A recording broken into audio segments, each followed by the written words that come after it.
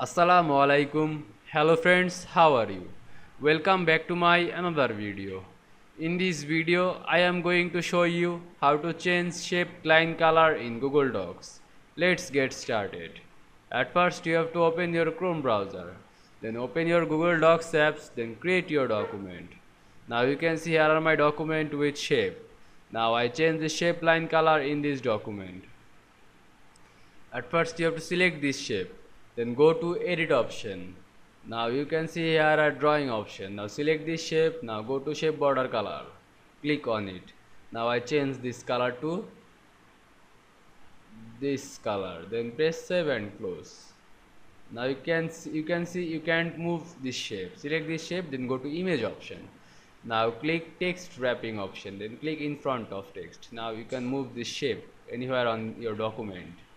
Now you can see I change shape line color in Google Docs very easily.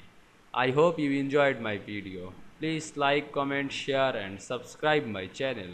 Thanks for watching.